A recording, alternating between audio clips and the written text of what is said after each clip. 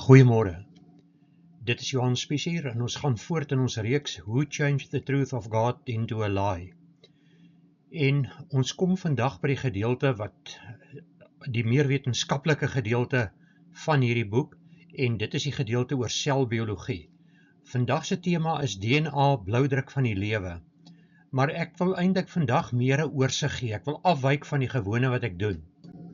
So as ons net vinnig weer kyk, ons het begin om te gesels, die eerste 3 dele het behels die Bybel en leuns, daarna het ons gesels oor die Bybelse waarheid, toe het ons Israel en leuns bespreek.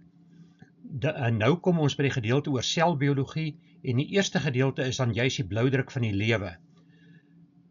Hierdie bloudruk van die lewe gaan ons seker so 3 weke lank oor gesels, en daarna gaan ons oor die klomp artikels wat 'n mens sien oor die ooreenstemming tussen die mens en sjimpansee se DNA, en dan gaan ons kyk hoe DNA gebruik is om die oorsprong van die Jode te bepaal. Die gedeelte wat nog in die toekoms voorlê, handel dan oor evolusie, leuns oor geslagtelikheid, en dan kom ons by die samevatting van die hele boek in die gedeelte oor die invloed van evolusie op geloof. Vandag gaan ons 'n bietjie anders as gewoonlik te werk. Vandag is dit amper meer 'n preek wat ek vir u wil bring, want dit gaan oor die selbiologie. Waar kom alles vandaan? Is dit moontlik dat 'n sel net kon ontstaan het? En ons gaan 'n bietjie meer daarna kyk. En daarom wil ek vir u 'n gedeelte uit die Bybel voorlees. Psalm 139, ons lees eers verse 1 tot 12, en luister mooi na die woorde van hierdie psalm. Here, u deurgrond en ken my. U ken my sit en my opstaan. U verstaan van ver my gedagte. U deurvors my en my gaan en my lê, en u is met al my weë goed bekend, want daar is nog geen woord op my tong nie, of u, Here, u ken dit geheel en al. U sluit my in van agter en van voor, en u lê u hand op my. Om dit te begryp is te wonderbaar vir my, te hoog, ek kan daar nie by nie. Waar sou ek heen gaan van die gees, en waarheen vlug van die aangesig? Klim ek op na die hemel, u is daar, en maak ek die doderyk my bed, kyk, u is daar. Neem ek die vleuels van die dageraad, gaan ek by die uiteinde van die see woon, ook daar sou u hand my lei, en die regterhand my vashou. En as ek sê, mag tog net die duisternis my oorval, en die lig nag wees tot my beskutting, dan is selfs die duisternis vir u nie donker nie, en die nag gee lig soos die dag, die duisternis is soos die lig. En dan lees ons verder van vers 13 af. Want u het my niere gevorm, my in my moeder se skoot geweef. Ek loof u omdat ek so vreeslik wonderbaar is. Wonderbaar is die werke, en my siel weet dit al te goed. My gebeente was vir u nie verborge toe ek in die geheim gemaak is nie, kunstig geweef in die diepte van die aarde. U oë het my ongevormde klomp gesien, en in u boek is hulle almal opgeskryf, dat alles bepaal was, toe nog geen een van hulle daar was nie. Hoe kosbaar is dan vir my u gedagtes, o God, hoe geweldig is hulle volle som nie. Ek gee hierdie as agtergrond, en dit is 'n inleiding vir dit wat ons vandag wil bespreek. Wat maak jou soos jy is? Vra 'n wetenskaplike en hulle sal jou vertel dit is jou DNA. Jou DNA, hier aan die onderkant het ons die molekulêre struktuur van hoe DNA lyk. Dan sien ons dat hierdie DNA spiraliseer, die spiralisasie word al hoe digter, en dan vorm dit goed wat kromosome genoem word, en die kromosoom is in die sel van die mens. En al die inligting, dit wat maak watter kleur oë jy het, watter kleur hare jy het, hoe lank jou neus is, hoe groot jou ore is als op daardie kromosome geleë, en dit is die volgorde van hierdie nukleotides, wat ek die G en die T hier omring. Dit maak jou hoe jy is. Maar ons gaan net nou daarby uitkom, wat is die rol wat God hierin speel? Ek wou net hierdie as 'n agtergrond gegee het, en in hierdie reeks gaan ons nog DNA baie dieper bespreek, want DNA is die sleutelwoord wat gebruik word om te probeer bewys dat evolusie plaasvind. En dit is juist DNA wat bewys dat dit onmoontlik is dat evolusie kon plaasvind. Maar kom ons gaan verder en ons kyk na die sel. Hier het ons 'n deursnit deur 'n sel. In die middel van die sel het ons die kern, dit is daardie gedeelte daar. Binne in die kern is jou kromosome en jou DNA dit wat bepaal hoe jy gaan lyk en hoe jy gaan wees. Maar kom ons kyk 'n bietjie hoe werk daardie DNA. En dit is 'n baie interessante gedeelte waarby ons nou kom en sê vir my of u dink dat so iets toevallig kon ontstaan het. Kom ons sê iets met in jou liggaam gebeur. Jy begin stap. Jy begin vinnig stap. Die volgende oomblik kom jy agter jy haal vinniger asem. Maar wat het dit vooraf gegaan? Die oomblik toe jy begin stap, toe word jou selle in kennis gestel en geen mens weet hoe hulle in kennis gestel word nie, dat jy besig is om te oefen. En dat jou DNA moet iets doen sodat jou liggaam hierdie oefening kan doen. So wat gebeur is daar word op hierdie DNA in jou liggaam word daar gesoek na die geen wat hier 'n rol gaan speel. En as ons net kyk na DNA, die DNA in jou hele liggaam is lank genoeg om 155.000 keer na die maan te gaan. In elke sel van jou, in hierdie kern wat ek nou gewys het, in elke sel van jou is daar omtrent 2 meter DNA. En daardie sel is 30 mikron groot. 'n mikron is 1/1000ste van 'n millimeter. So dit is 30.000stes van 'n millimeter wat 'n hele sel groot is, maar hierdie sel bevat 2 meter DNA wat daar opgekrul lê in hom. En dit is hierdie DNA wat die rol speel. U sien hierdie klein gaatjies wat voorkom in die kern. Jou DNA kan nie uitkom om in die sel iets te doen nie, want die sel is eintlik 'n fabriek wat op sy eie werk en wat die produkte maak wat jou liggaam nodig het. So wat gebeur is, binne in die kern word daar 'n fotokopie van 'n stukkie van jou DNA gemaak en ons gaan dit in die toekoms nog bespreek van hoe word daardie stukkie gevorm. Daardie stukkie wat gevorm word mRNA genoem. En jy sal dink met sekere virus siektes wat hier 'n paar jaar terug was, met 'n enstof wat mRNA bevat het, dat dit iets is wat mense heel uit verband uit geruk het. Maar goed, die mRNA word deur jou DNA gemaak, dit verlaat die kern deur hierdie poree. Dan beland dit in hierdie geel gedeelte aan weerskante van die kern. Daardie geel gedeelte staan bekend as die endoplasmiese retikulum. En in die endoplasmiese retikulum sal jy 'n klomp kolletjies sien. Daardie kolletjies is ribosome. Jou mRNA bind aan 'n ribosoom en dit vorm 'n proteïen. Hierdie proteïen gaan in die groen gedeelte, dit is die gladde endoplasmiese retikulum, hierdie eerste gedeelte met die kolletjies op is die grouwe endoplasmiese retikulum, en in die endoplasmiese retikulum word dit gevou.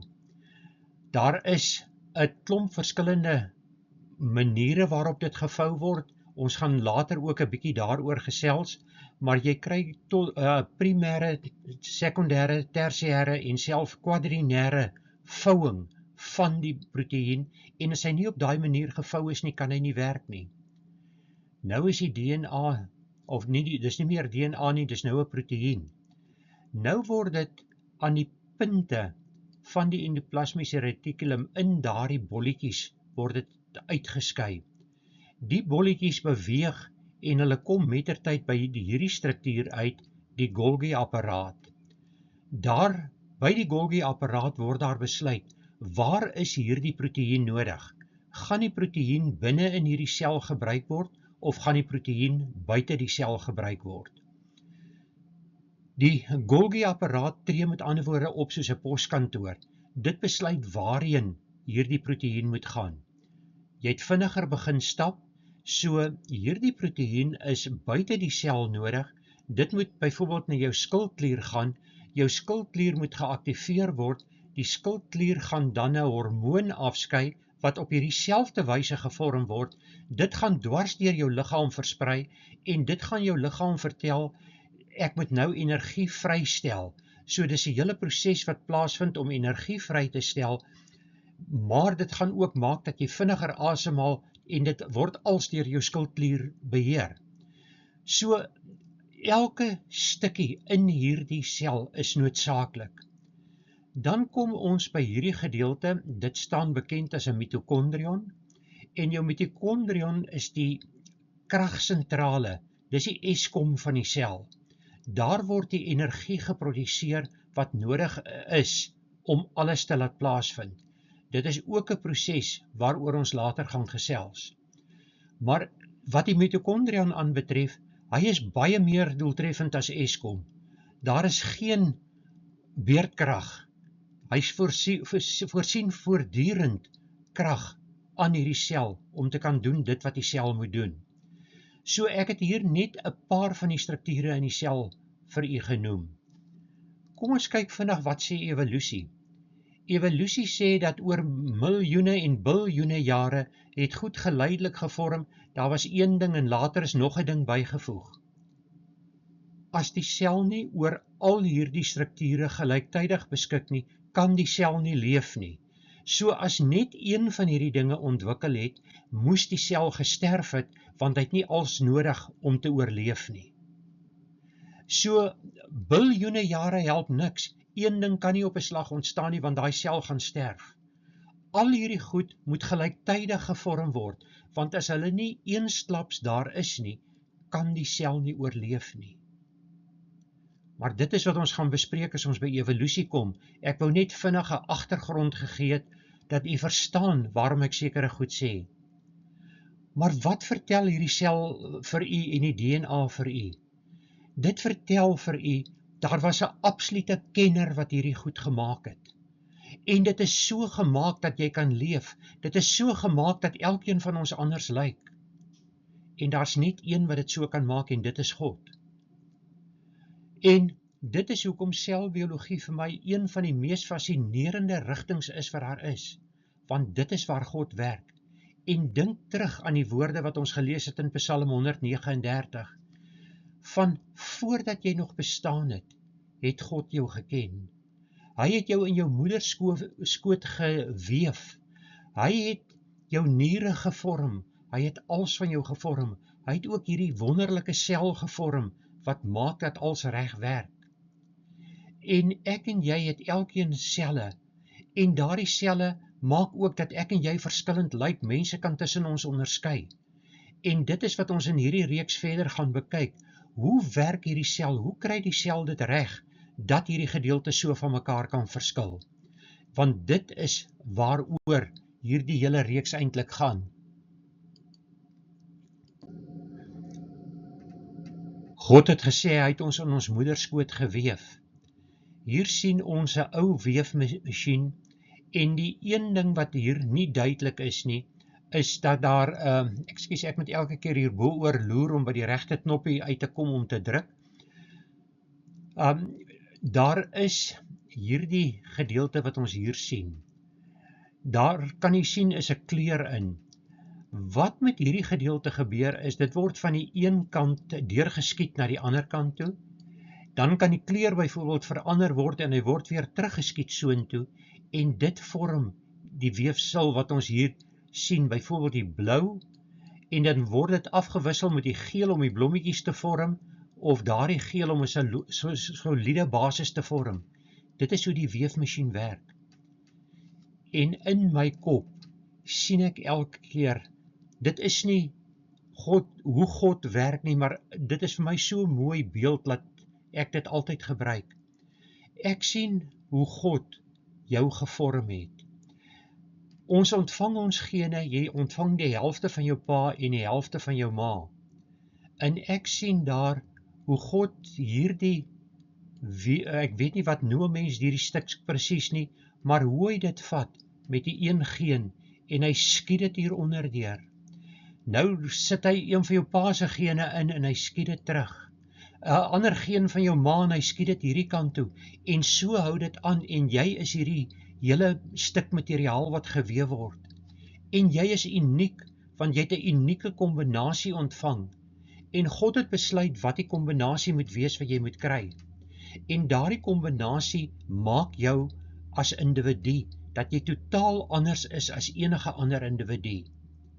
En dit is die beeld wat ek vandag wil tuisbring by elkeen van u. Ons gaan van volgende week, dit bring ons terug by dit wat God gedoen het.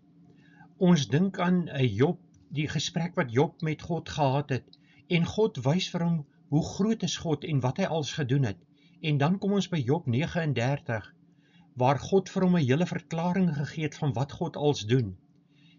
Toe het Job die Here geantwoord en gesê, ek is te gering, wat kan ek u antwoord? Ek lê my hand op my mond. Eenmaal het ek gespreek, maar ek sal nie meer antwoord nie. Ja, 2 maal, maar ek sal nie voortgaan nie. En dit is waar ons vandag is. Ons staan in absolute verstomming oor dit wat God gedoen het. Ons kyk altyd na die skepping om ons. Ons sien die natuur en die skoonheid daarvan, maar ons besef nie watter wondere is daar in ons eie liggame opgeteken nie. Hoe God ons aan mekaar gesit het, dat ons oor al hierdie wonderlike eienskappe beskik, en is net deur God se hand wat dit kon ontstaan het. So, dit wat ons vandag dan gesels het, is nie in die boek ingesluit nie. Dit is 'n agtergrond wat ek hier wil gee, dat as ons volgende keer oor hierdie wetenskaplike dinge begin gesels, dat u beter sal verstaan waarheen ons op pad is.